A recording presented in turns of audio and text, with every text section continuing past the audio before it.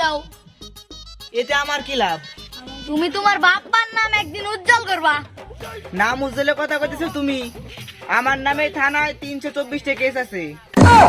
এই চ্যাংরা বয়সে 2-4টা মামলা ঘাড়ে থাই। তুমি যদি বাবা এখন মেহনত করো তাহলে তোমার ভবিষ্যতে 5-10 তলা বাড়ির মালিক হইবে তুমি। এখন তো বাবা আমার জন্য কিছু আনো।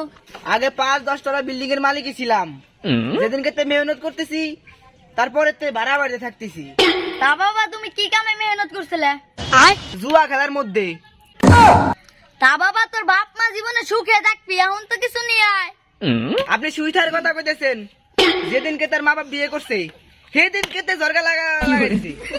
আজকে তোর মা কি করছে আর বাবার মাথা ফাটা লাইছে, হে আমার বাবা হাসপাতালে ভর্তি হয়ে রয়েছে। তোর ছোট ভাই আছে না? হ, আপনি কেমন করে জানলেন? আমি সব জানি। তোর ছোট ভাই একদিন বড় একটা কাম করবি, এখন তো কিছু নিয়ে আয়। বহুত বড় কাম তো করে এলা দিছে। আবার কি করছে? ও 2 সালের মান নে পলাইছে। তোর বউ তোর সব সময় সাথে রাখবো বাবা, এখন তো কিছু নিয়ে আয়।